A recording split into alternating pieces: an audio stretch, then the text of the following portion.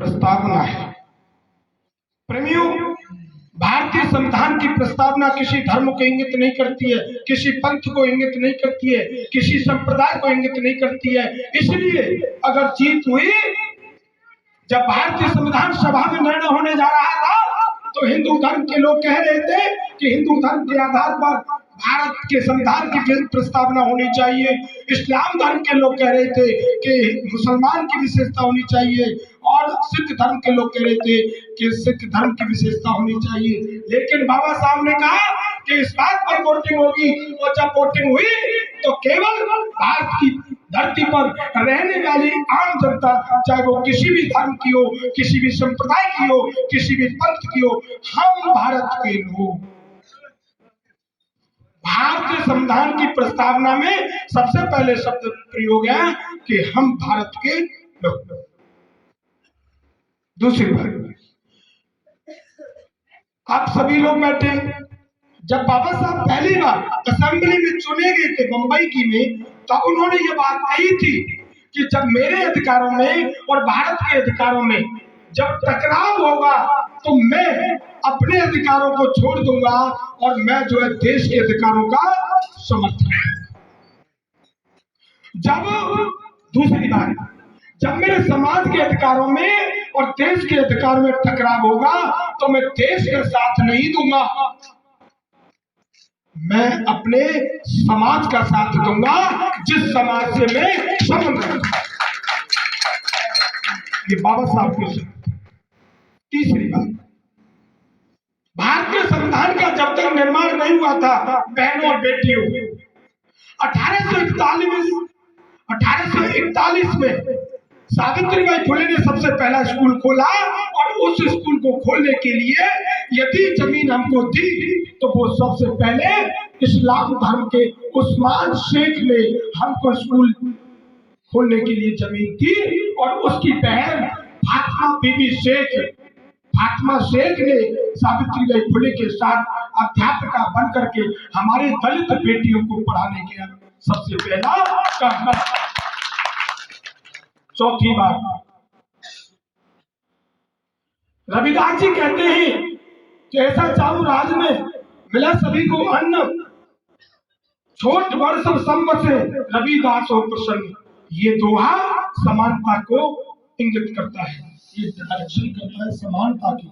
और तो बाबा साहब ने समानता को रविदास को पढ़ करके, बहन जी अगर आपने संविधान नहीं पढ़ा है तो क्या समझोगी आप? अगर रविदास को बाबा साहब ने पढ़ा तो समानता का अधिकार इसी दोहा के आधार पर अनुच्छेद 14 से लेकर के अनुच्छेद 18 तक बाबा साहब अम्बेडकर ने राइट टू इक्वलिटी, समानता का अधिकार और जो संविधान के अंदर दिया, आप लोगों को पढ़ने का अधिकार यदि दिया बाबा साहब ने, तो अनुच्छेद 19 से लेकर के अनुच्छेद 22 तक आपको स्वतंत्रता का अधिकार है। किसी भी मंदिर में जाकर के किसी भी देवी देवता को आप पूछते हैं। फिर बाबा साहब ने आप लोगों के लिए क्या दिया? आप फिर 5वां पॉइंट कि अनुच्छेद 340 में ओबीसी को अधिकार दिया, अनुच्छेद 341 में एसटी को अधिकार दिया, और अनुच्छेद 342 में एससी को अधिकार दिया। Fundamental rights. पढ़ो संविधान अपने घरों में, पढ़िए आपने कौन कौन सी देवियां, न जाने क्या क्या चक्कर, मेरी समझ में नहीं आता। जिन देवियों के चक्कर में तुम्हारी हत्याएं हो रही हैं, 14 साल के बच्चे को मटकी के ऊपर पानी पीने में हत्या कर दीजिए, मुंह छकने पर जितेंद्र मेघवाल की हत्या कर दी, फिर भी भाग रहे हो, उधर कुछ समझ कर, कुछ विचार कर, तुम्हारा रास्ता कौन है, कहां खड़े हो, किधर जाना है। आज संत गाडगे की महापरिनिर्वाण दिवस है। संत गाडगे ने कहा था, मेरे समाज के लोगों, थाली न हो तो हाथ में रोटी धर के खा लेना, सब्जी नहीं है तो बिना सब्जी के रोटी खा लेना, लेकिन अपने बच्चों को आप पुस्तक पढ़ाने के लिए जरूर कोशिश करना। ये सब गार्गी का बच्चा।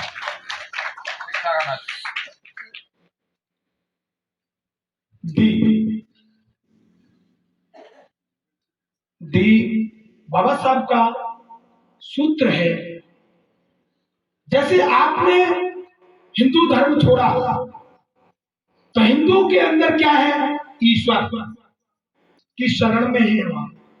अगर हिंदू धर्म छोड़ा इस्लाम में गए तो अल्लाह की शरण, अल्लाह।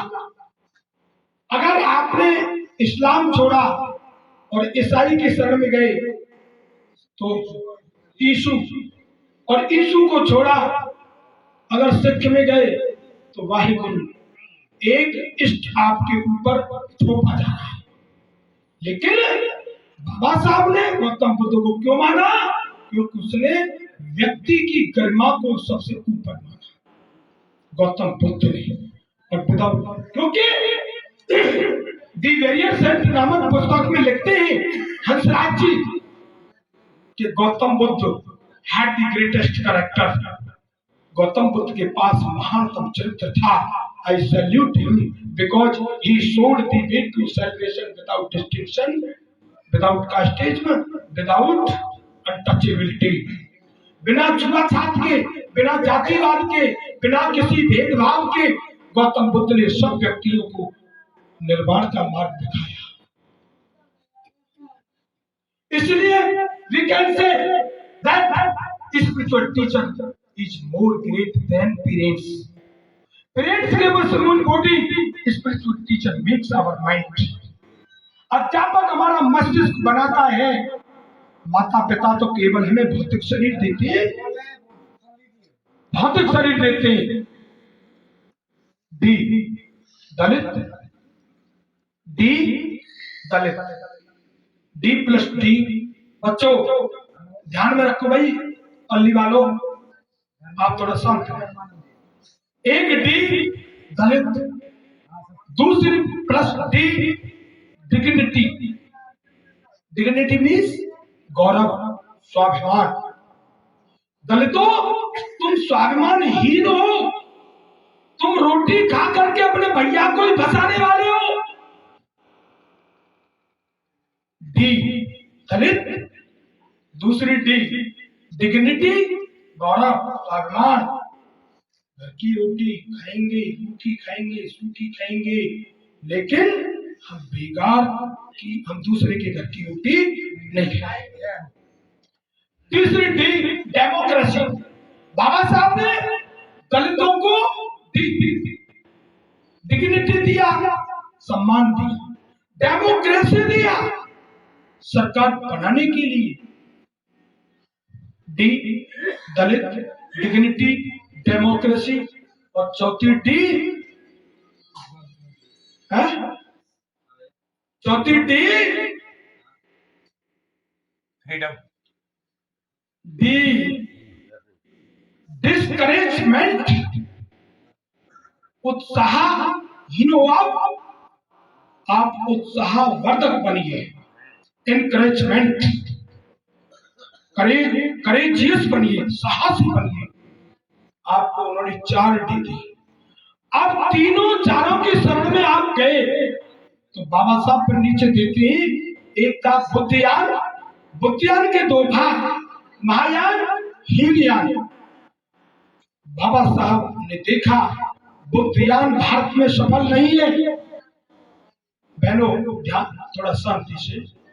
बुद्धियान भारत में सफल नहीं है, हीनयान भारत में सफल नहीं है, महायान भारत में सफल नहीं है। बाबा साहब ने क्या दिया? नवयान। नवयान भारत के लिए नवयान दिया। नवयान वो कौन सा है? 22 प्रतिज्ञा। बिना 22 प्रतिज्ञाओं के भारत के दलितों का, शोषितों का कल्याण नहीं।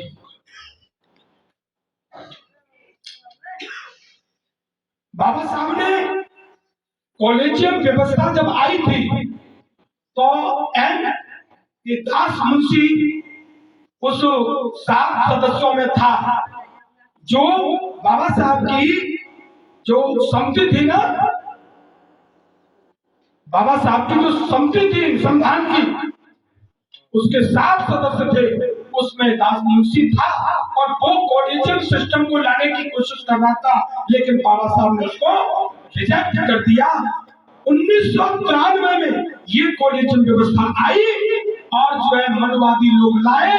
आज सेंटर और सुप्रीम कोर्ट के बीच में जो संघर्ष चल रहा है, ये कॉलेजियम व्यवस्था जो है दलित, शोषित, पीड़ित और माइनॉरिटी, SC/ST OBC माइनॉरिटी के जज सुप्रीम कोर्ट में न जाए, ये कॉलेजियम व्यवस्था है। इस कॉलेजियम व्यवस्था को खत्म करने के लिए केंद्र सरकार कोशिश कर रही है। जब 200 पॉइंट रोस्टर सिस्टम आपकी यूनिवर्सिटी में लागू था, तो 2 अप्रैल 2018 के बाद जब दूसरा भारत बंद हुआ था, तो जो MSc PhD करने वाले बच्चों को लेक्चरर और प्रोफेसर बनने से रोकने के लिए 13 पॉइंट रोस्टर सिस्टम लाया गया और उसके लिए भारत बंद दूसरी बार किया गया और मोदी सरकार को वापस उस 13 पॉइंट रोस्टर सिस्टम को लेना पड़ा। जब 200 पॉइंट रोस्टर सिस्टम फिर से लागू किया, अब आपके बच्चे प्रोफेसर और लेक्चरर बन सकते ही, वरना आपको 15% ही तो रिजर्वेशन था, 15% से नीचे 13 ही जगह निकालेगी UGC। इसलिए 15 तक गिनती ना हो, जो कि एक बच्चा भी आपका सर्विस से ना लगे। गौर करो माइंड से, ये क्या खेल चल रहा है आपके साथ। आप गानों तक सीमित ना रहें। मैं वेल एजुकेटेड पर्सन से मैं ये आशा करता हूं कि आप लोग अपने घरों में संविधान लाइए और संविधान पढ़िए, संविधान पढ़ाइए। देवियों, तुम्हारा भला कोई देवी नहीं कर पाएगी, तुम्हारा भला कोई देवी नहीं कर पाएगी। बताओ तुम कौन सी देवी का नाम लेते हो? वो देवी का माँ कौन सी थी और उस देवी का बाप कौन सा था? बता दो। कोई पढ़ी लिखी है? बता देंगे कोई? और कोई कितना भी पढ़ा लिखा, बताओ मुझे किस देवी का बाप, वो कौन से स्कूल में पढ़ी थी, कौन से सन में उसने अपनी एजुकेशन ली थी, बताओ। इसलिए काल्पनिक चीजें कल्पना कर करके तुम्हारे ऊपर थोप दी। अपने बच्चों को वो लोग कॉन्वेंट स्कूलों में पढ़ाए, PCM पढ़ाए, फिजिक्स और मैथ, इंग्लिश, कंप्यूटर पढ़ाए, ईसाइयों के कॉन्वेंट स्कूल में पढ़ाए, और तुम्हारे बच्चों के लिए जो सरकारी स्कूलों में साइंस मैथ था ना, वो फिजिक्स और केमिस्ट्री खत्म कर दिया। कहां सो रहे हो? थोड़ा माइंड को फोल्ड कीजिए। और what is the definition of true religion? सच्चे धर्म की परिभाषा है क्या? धर्म से पहले प्रयोग किए जाने वाले शब्दों में अंतर है, लेकिन धर्म धम्म शब्द में कोई अंतर नहीं है। हिंदू धर्म, जैन धर्म, सिख धर्म, इस्लाम धर्म, ईसाई धर्म, अब धर्म तो सबके साथ आ रहा ना, धर्म में तो कोई अंतर नहीं है। धर्म से पहले प्रयोग किए जाने वाले जो शब्द हैं, ये लड़ाई करवाते हैं। इसलिए धर्म से पहले किए जाने वाले शब्द है ना, प्रयोग किए जाने वाले, इन शब्दों से बचो। ये धर्म, मत, संप्रदाय, ये झगड़ाई कराते हैं, ये लड़ाई करवाते हैं। धर्म कभी लड़ाई नहीं करवाता। ये मानवता सिखाता है, ह्यूमैनिटी सिखाता है, इक्वलिटी सिखाता है, ब्रदरहुड सिखाता है, ऑनेस्टी सिखाता है, फ्रीडम देता है। इसलिए सत्संग हमने भी बहुत की, सत्संग आपने भी बहुत की, लेकिन सत्संग के साथ साथ इस प्रकार का सत्संग आपका कल्याणकारी अधिक रहेगा। बोल गुरु महाराज की जय।